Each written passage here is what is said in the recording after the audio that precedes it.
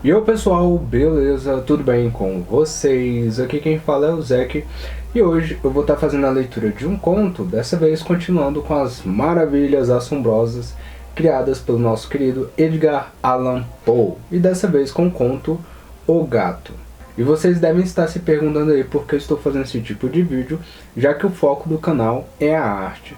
Bem galera, por dois motivos. O primeiro é que literatura é sim considerada arte, e além disso, eu espero pelo menos estar incentivando em vocês o interesse da leitura, né? E até a atenção, porque vocês têm que estar ouvindo assim. E podem aí acabar descobrindo aí uma paixão pela literatura de certa forma. E o outro motivo é que esse tipo de vídeo me ajuda a jogar o jogo do YouTube. Ou seja, fazer 3 vídeos por semana, jovens, é muito pra mim. Principalmente agora em reta final de curso. Então, tem várias... Eu consigo chegar a várias coisas boas de estar trazendo contos, poemas aqui pro canal.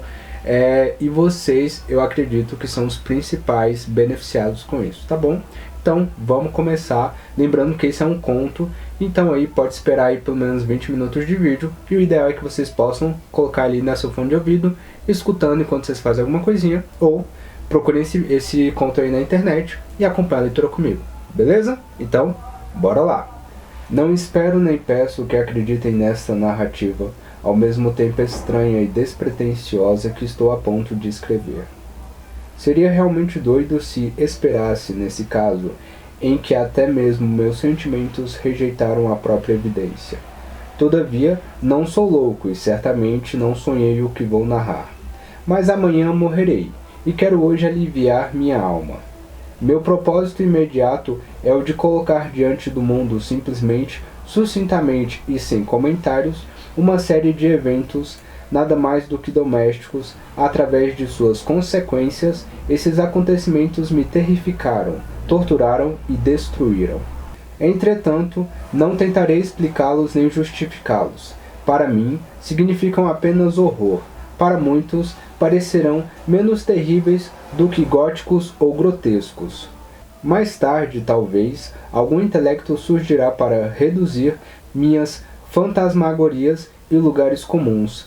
Alguma inteligência mais calma, mais lógica, muito menos excitável que a minha, e esta perceberá, nas circunstâncias que descrevo com espanto, nada mais que uma sucessão ordinária de causas e efeitos muito naturais.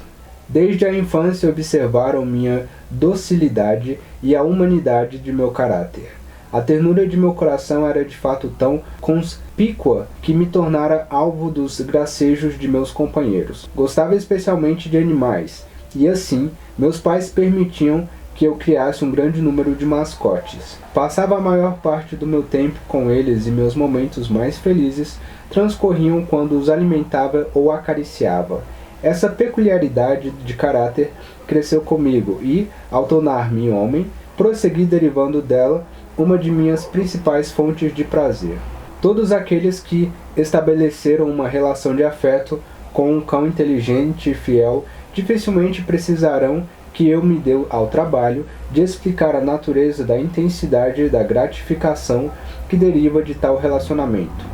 Existe alguma coisa no amor altruísta e pronto ao sacrifício de um animal que vai diretamente ao coração daquele que teve ocasiões frequentes de testar a amizade mesquinha e a frágil fidelidade dos homens. Casei-me cedo e tive a felicidade de encontrar em minha esposa uma disposição que não era muito diferente da minha. Observando como gostava de animais domésticos, ela não perdeu a oportunidade para me trazer representantes das espécies mais agradáveis. Tínhamos pássaros, peixinhos dourados, um belo cão, coelhos, um macaquinho e um gato.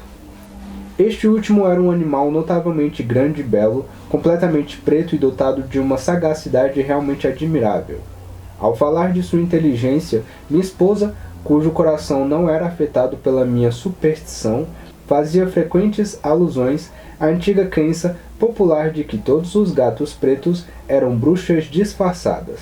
Não que ela jamais mencionasse esse assunto seriamente, e se falo nele é simplesmente porque me recordei agora do fato. Pluto, esse era o nome do gato. Era minha mascote favorita e era com ele que passava mais tempo. Era só eu que o alimentava e o animal me acompanhava em qualquer parte da casa em que eu fosse. De fato, era difícil impedi-lo de sair à rua comigo e acompanhar-me. Nossa amizade perdurou dessa forma por diversos anos, durante os quais meu temperamento geral e meu caráter, devido à interferência da intemperança criada pelo demônio, tinham, meu rosto se cobre de rubor ao confessá-lo, sofrido uma mudança radical para pior. A cada dia que se passava eu ficava mais mal-humorado, mais irritável, menos interessado nos sentimentos alheios. Permitia-me usar linguagem grosseira com minha própria esposa.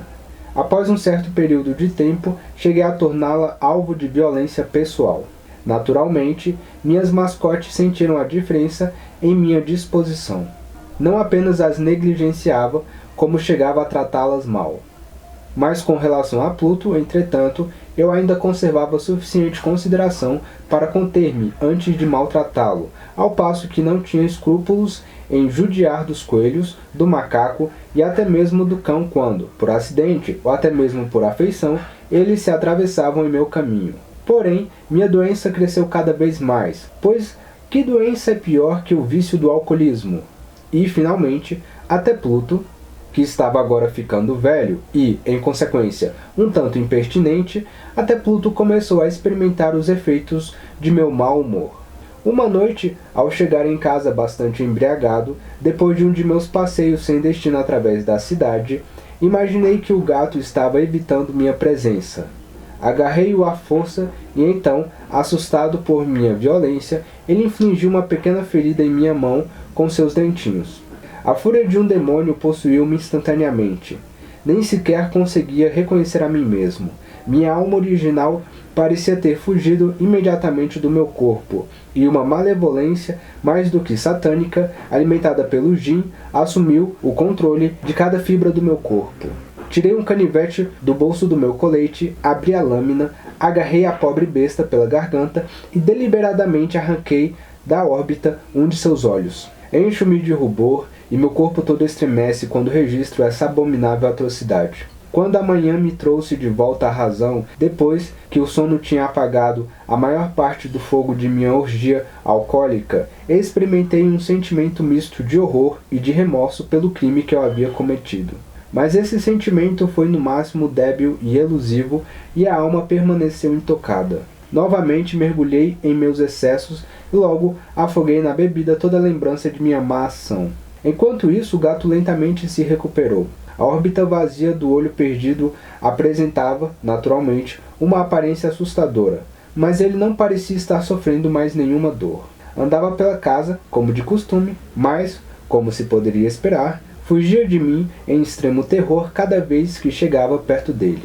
Ainda me restava uma pequena parte de meu ânimo anterior, e a princípio lamentei que agora me detestasse tanto uma criatura que já me havia amado. Mas esse sentimento logo deu lugar à irritação. E então fui acometido, como se fosse para minha queda final irrevogável, pelo espírito da perversidade. A própria filosofia não estudou esse espírito. E todavia, assim como tenho certeza de possuir uma alma vivente, é minha convicção que a perversidade é um dos impulsos primitivos do coração humano, uma das faculdades primárias e indivisíveis, um dos sentimentos que dão origem e orientam o caráter do homem. Quem já não se flagrou uma centena de vezes a cometer uma ação vil ou meramente tola por nenhuma razão exceto sentir que não devia? Não temos todos nós uma inclinação perpétua e contrária a nosso melhor julgamento para violar as leis, simplesmente porque compreendemos que são obrigatórias? Pois foi este espírito de perversidade, digo eu, que veio a causar minha queda final. Foi este anseio insondável na alma, que anela por prejudicar a si mesma, por oferecer violência à sua própria natureza, por praticar o mal pelo amor ao mal e nada mais, que me impulsionou a prosseguir e finalmente consumar a injúria que tinha infligido sobre a pequena besta inofensiva. Uma manhã, a sangue frio, passei-lhe um laço ao redor da garganta e o pendurei no galho de uma árvore. Enforquei-o com lágrimas nos olhos, sentindo ao mesmo tempo o remorso mais amargo em meu coração. Assassinei o pobre gato, porque sabia que ele me tinha amado e porque eu entendia muito bem que ele não tinha dado razão alguma de queixa. Matei-o porque sabia que ao fazê-lo estava cometendo um pecado mortal que iria manchar minha alma imortal ao ponto de colocá-la, se isso fosse possível, fora do alcance até mesmo da infinita misericórdia do Deus mais misericordioso e mais terrível. Na noite seguinte ao dia em que pratiquei esta ação cruel, fui despertado do sono por gritos de fogo. As cortinas de meu leito estavam em chamas. A casa inteira estava ardendo. Foi com grande dificuldade que minha esposa, uma criada e eu mesmo escapamos da conflagração. A destruição foi completa. Todos os meus bens materiais foram consumidos e a partir desse momento entreguei-me ao desespero. Estou acima da fraqueza de tentar estabelecer uma sequência de causa e efeito entre o desastre e a atrocidade. Mas estou detalhando um encadeamento de fatos e não desejo deixar imperfeito um só dos elos desta corrente. No dia que se seguiu ao incêndio, visitei as ruínas. Todas as paredes tinham desabado, à exceção de uma única. Esta exceção foi a de um aposento interno, uma parede não muito grossa, que se erguia mais ou menos na metade da casa, justamente aquela contra a qual descansava a cabeceira da minha cama. O próprio reboco tinha ali, em grande parte, resistido à ação do fogo, segundo julguei, porque era feito de argamassa nova, talvez ainda um pouco úmida. Em torno desta parede estava reunida uma grande multidão, e muitas pessoas pareciam estar examinando um trecho especial dela, com minuciosa atenção. As palavras estranho, singular e outras semelhantes excitaram-me a curiosidade. Aproximei-me e vi como se estivesse gravado em baixo relevo, sobre a superfície branca, a figura de um gato gigantesco. A imagem estava desenhada com uma precisão realmente maravilhosa. Havia uma corda esboçada ao redor do pescoço do animal. Da primeira vez que contemplei esta aparição, porque dificilmente poderia chamá-la de algo menos assombroso, meu espanto e terror foram extremos. Mas, finalmente, o raciocínio e a reflexão vieram em meu amparo. O gato, segundo recordava, tinha sido enforcado em um jardim adjacente à casa. Logo que fora dado o alarme do incêndio, este jardim ficou imediatamente cheio de basbaques, um dos quais provavelmente tinha cortado a corda que prendia a árvore e o gato e jogado o animal dentro do meu quarto através de uma janela aberta. Talvez até mesmo a intenção fosse boa, quem sabe queria acordar-me ao sono e lançassem o animal à janela dentro para esse fim. A queda das outras paredes tinha comprimido a vítima de minha crueldade na própria substância do reboco recém-aplicado. O cal contido nele, misturado à amônia proveniente da carcaça, com o calor das chamas, tinha então realizado o retrato que contemplava agora. Embora eu satisfizesse minha razão assim rapidamente, se bem que não tivesse podido acalmar totalmente minha consciência e tentasse desse modo descartar o fato assombroso que acabei de descrever, isso não impediu que produzisse forte impressão sobre minha imaginação. Durante meses não conseguia livrar minha visão interna do fantasma do gato e, durante esse período, retornou a meu espírito uma espécie de sentimento que se assemelhava a remorso, mas não era exatamente isso. Cheguei ao ponto de lamentar a perda do animal e a procurar, nos ambientes ordinários que agora habitualmente frequentava, outra mascote da mesma espécie, cuja aparência fosse semelhante e pudesse ocupar o vazio deixado pela primeira. Uma noite eu estava sentado, entorpecido de tanto beber, em um botequim da pior espécie, quando minha atenção foi subitamente atraída para um objeto preto que repousava sobre a tampa de uma das imensas bordalesas de gin ou de rum que constituíam o principal mobiliário da peça. Há vários minutos eu já contemplava fixamente a tampa deste barril, e o que agora me causava surpresa era o fato de que não houvesse percebido antes o objeto que se encontrava sobre ele. Aproximei-me a passos vacilantes, estendi a mão e toquei-o. Era um gato preto, um animal muito grande, tão grande quanto Pluto e extremamente parecido com ele em todos seus detalhes, salvo um. Pluto não tinha um pelo branco sequer em qualquer porção do seu corpo, mas este gato tinha uma mancha branca bastante grande, embora de formato indefinido, cobrindo-lhe quase inteiramente o peito. Assim que o toquei, o animal ergueu-se imediatamente, ronronou bem alto, esfregou-se contra minha mão e pareceu encantado com a minha atenção. Tinha encontrado a própria criatura que vinha procurando, Imediatamente fui falar com o taverneiro e ofereci-me para comprar o bichano, mas ele disse que o animal não lhe pertencia, que nunca tinha o visto antes e que não fazia a menor ideia de onde tinha vindo ou a quem pudesse pertencer. Continuei com minhas carícias e, quando me dispus a ir para casa, o animal demonstrou estar disposto a me acompanhar. Permiti-lhe que o fizesse, de fato, durante o caminho, ocasionalmente parava, curvava-me e fazia-lhe carícias. Quando chegamos à casa em que agora eu morava, ele familiarizou-se de imediato, adquirindo em seguida as boas graças de minha esposa. Quanto a mim, para o meu desapontamento, logo descobri que não gostava do animal. Isto era justamente o reverso do que havia antecipado. Porém, não sei como nem porquê, o evidente prazer que o gato achava em minha companhia me aborrecia e enojava. Lenta e progressivamente, estes sentimentos de desgosto e aborrecimento se transformavam em rancor e ódio. Evitava a criatura sempre que podia. Uma certa sensação de vergonha e a lembrança de meu antigo feito de crueldade evitaram que eu o machucasse fisicamente. Durante algumas semanas eu não bati nele nem o maltratei violentamente, mas gradualmente, muito gradualmente, comecei a encará-lo com uma repugnância indescritível e a fugir silenciosamente de sua presença odienta, como se estivesse tentando escapar do sopro sufocante de um pântano ou do hálito pestilento de uma praga. Sem a menor dúvida, o que originou meu rancor pelo animal foi a descoberta, logo na manhã seguinte à noite em que eu trouxe ele para casa, de que ele, exatamente como Pluto, também tivera um dos olhos arrancado. Essa circunstância, entretanto, só levou minha esposa a gostar ainda mais dele, a qual, conforme relatei anteriormente, possuía em alto grau aquela humanidade de sentimentos em que épocas passadas fora também um de meus traços característicos e a fonte de muitos dos meus prazeres mais simples e puros. À medida que aumentava minha aversão pelo gato, meu amor por mim parecia crescer na mesma proporção.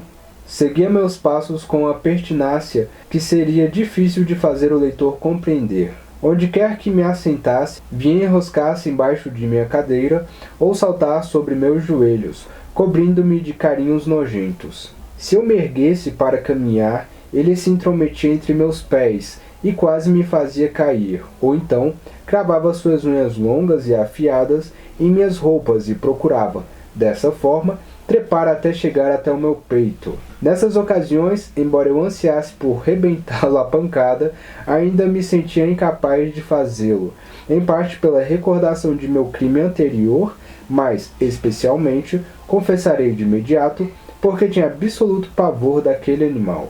Esse pavor não era exatamente um temor da possibilidade de algum dano físico, todavia não sou capaz de defini-lo de outra forma. Estou quase envergonhado de admitir, sim, mesmo nesta cela de condenado, tenho quase vergonha de admitir que o terror e horror que o animal me inspirava tinham sido muito aumentados por uma das mais ilusórias quimeras que teria sido possível conceber. Minha esposa me tinha chamado a atenção, mais de uma vez, para o caráter da mancha de pelo branco que já mencionei e que constituía a única diferença aparente entre o estranho animal e aquele que eu tinha morto. O leitor há de lembrar que esta marca, embora grande, era originalmente muito indefinida, porém, muito lentamente, de uma forma quase imperceptível, uma forma que, por muito tempo minha razão lutou para considerar como meramente fantasiosa, acabou por assumir um contorno rigorosamente distinto. Era agora a representação de um objeto tal que a simples ideia de mencioná-lo me faz tremer. Era por isso, acima de tudo, que eu detestava e temia tanto aquele monstro e teria me livrado dele se ao menos eu ousasse. Essa imagem, escreva agora, era a imagem de uma coisa terrível, uma coisa apavorante. A imagem de uma forca. Melancólico e terrível instrumento de horror e de crime, de agonia e de morte. E agora, eis que me encontrava realmente desgraçado, um miserável além da desgraça e da miséria da natureza humana. E era um animal sem alma, cujo companheiro eu tinha destruído com desprezo. Era um animal sem alma, que originava em mim, eu que era um homem, criado à imagem do Deus Altíssimo, tanta angústia intolerável. Ai de mim! Nem de dia nem de noite eu era mais abençoado pelo repouso.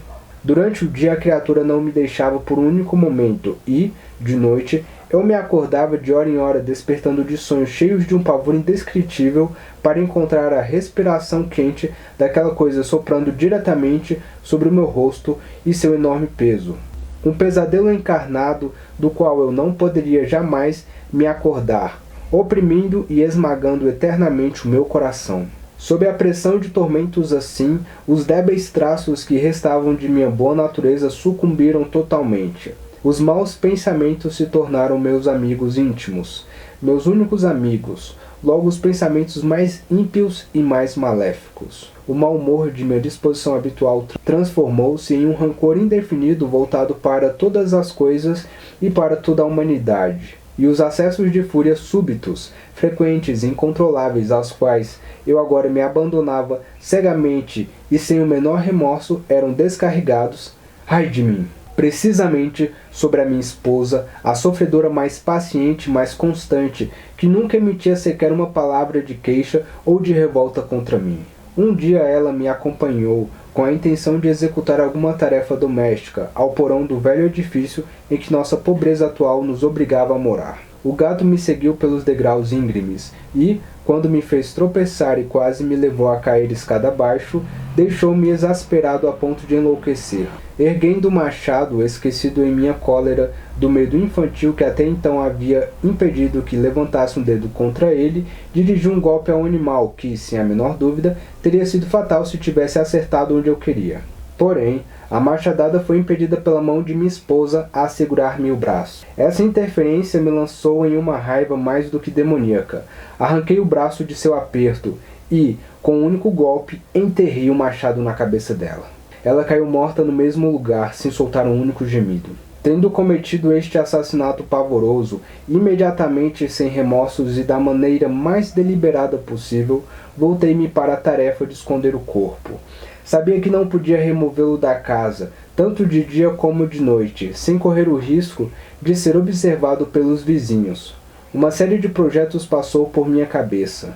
Durante algum tempo pensei em cortar o corpo em minúsculos fragmentos e depois destruiria no fogo. Depois pensei em cavar-lhe uma cova no chão do porão. Também me passou pela cabeça jogar o cadáver no poço que ficava no pátio e colocá-lo dentro de uma caixa, como se fosse uma mercadoria, aplicando todos os cuidados que em geral se dedica à preparação de tais volumes e contratando um carregador para retirá-lo de casa. Finalmente, imaginei o que me pareceu ser um expediente melhor que qualquer um desses. Resolvi emparedá-lo em um dos cantos do porão, conforme dizem que os monges da Idade Média costumavam fazer com suas vítimas. O porão estava perfeitamente adaptado para esse propósito. Suas paredes tinham sido muito mal construídas e há pouco tempo tinham sido novamente rebocadas com uma argamassa grosseira que a umidade do ambiente não deixara endurecer. Além disso, em uma das paredes havia uma projeção causada por uma falsa chaminé ou lareira que tinha sido preenchida com tijolos na intenção de assemelhá-la ao restante das paredes do porão.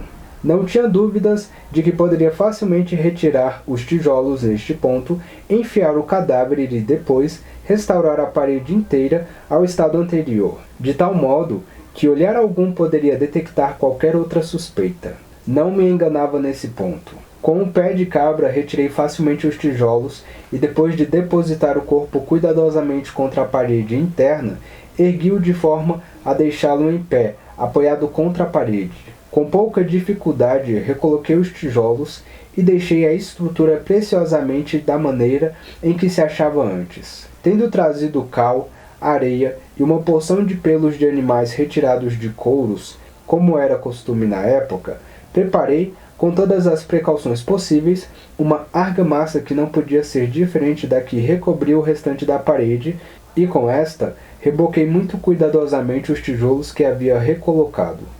Ao terminar, sentia-me satisfeito com a perfeição do trabalho. A parede não apresentava o menor sinal de que tinha sido modificada. Recolhi a caliça do chão com um cuidado mais minucioso. Olhei ao meu redor triunfantemente e congratulei-me. Pelo menos desta vez, não trabalhei em vão. Minha próxima tarefa era de procurar a besta que tinha sido a causa de tamanha desgraça. porque tinha finalmente a firme resolução de matá-la. Se nesse momento tivesse podido encontrá-la, seu destino estaria selado, mas aparentemente o animal ardiloso tinha pressentido alguma coisa ou se amedrontado com a violência de minha raiva anterior, evitando apresentar-se diante de mim enquanto durasse minha má disposição. É impossível descrever ou imaginar a sensação de alívio profundo e abençoada que a ausência da detestada criatura causou em meu peito. Melhor ainda, o gato não apareceu nessa noite, e assim, ao menos por uma noite, desde que o desgraçado se introduzir em minha casa, dormi profunda e tranquilamente. Sim, dormi o sono dos justos, mesmo que tivesse agora o peso de um assassinato em minha alma. Passaram-se o segundo e o terceiro dias, e meu atormentador não regressou. Novamente eu respirava como um homem livre. O monstro tinha fugido aterrorizado e deixado para sempre minha companhia. Nunca mais iria vê-lo. Minha felicidade era suprema. O remorso ocasionado por minha ação tão negra e perversa praticamente não me perturbava. Algumas perguntas haviam sido feitas, mas fora fácil responder. Até mesmo havia sido feita uma busca pela polícia, mas naturalmente não haviam descoberto nada. Pensei que minha felicidade futura estava assegurada. Mas no quarto dia depois do assassinato, uma patrulha da polícia retornou, muito inesperadamente, entrou em minha casa e recomeçou a fazer uma investigação rigorosa do prédio. Achava-me seguro, todavia, devido à impenetrabilidade do lugar em que esconder o cadáver, e assim não senti nem um pouco constrangido pela busca. Os policiais ordenaram que os acompanhasse enquanto procuravam. Não deixaram nenhum canto nem escaninho sem explorar. Finalmente, pela terceira ou quarta vez, desceram ao porão. Não sentia estremecer nenhum só de meus músculos. Meu coração batia calmamente como de alguém perfeitamente inocente. Caminhei de ponta a ponta do porão, cruzei os braços e fiquei andando de um lado para o outro. A polícia finalmente satisfez-se e estava a ponto de partir, desta vez em definitivo. A alegria em meu coração era grande demais para ser contida. Ansiava para dizer, ao menos, uma palavra de triunfo, e queria garantir-me duplamente de que eles me julgavam inocente. "Cavalheiros", disse finalmente enquanto o grupo subia as escadas. "Estou encantado por ter desfeito todas as suas suspeitas. Desejo a todos uma boa noite e um pouco mais de cortesia. A propósito, cavalheiros, esta casa é muito bem construída." Tomado de um violento desejo de aparentar a maior naturalidade, falava sem prestar muita atenção no que dizia. "Posso até dizer que é uma casa excelente e bem construída. Estas paredes já estão de partida, cavalheiros. Estas paredes são muito sólidas." E foi neste ponto que, tomado por um estúpido frenesi de bravata, bati pesadamente com uma bengala que tinha na mão, justamente sobre aquela porção de paredes atrás, da qual jazia o cadáver da esposa que tinha apertado tantas vezes contra o peito. Possa Deus escudar-me e proteger-me das presas do pai dos demônios. Tão logo a reverberação dos golpes que havia dado desapareceu no silêncio, foi respondida por uma voz dentro do túmulo. Respondida por um grito, a princípio abafado e entrecortado, como os soluços de uma criança, mas rapidamente se avolumando em um grito longo, alto e contínuo, totalmente anormal e desumano, um uivo, um guincho lamentoso, meio de terror e meio de triunfo, tal como só poderia ter subido das profundezas do inferno, um berro emitido conjuntamente pelas gargantas de centenas de condenados à danação eterna, torturados em sua agonia, e pelos demônios que exultam em sua condenação. É tolice tentar descrever meus pensamentos. Sentindo-me desmaiar, cambaleei até a parede oposta.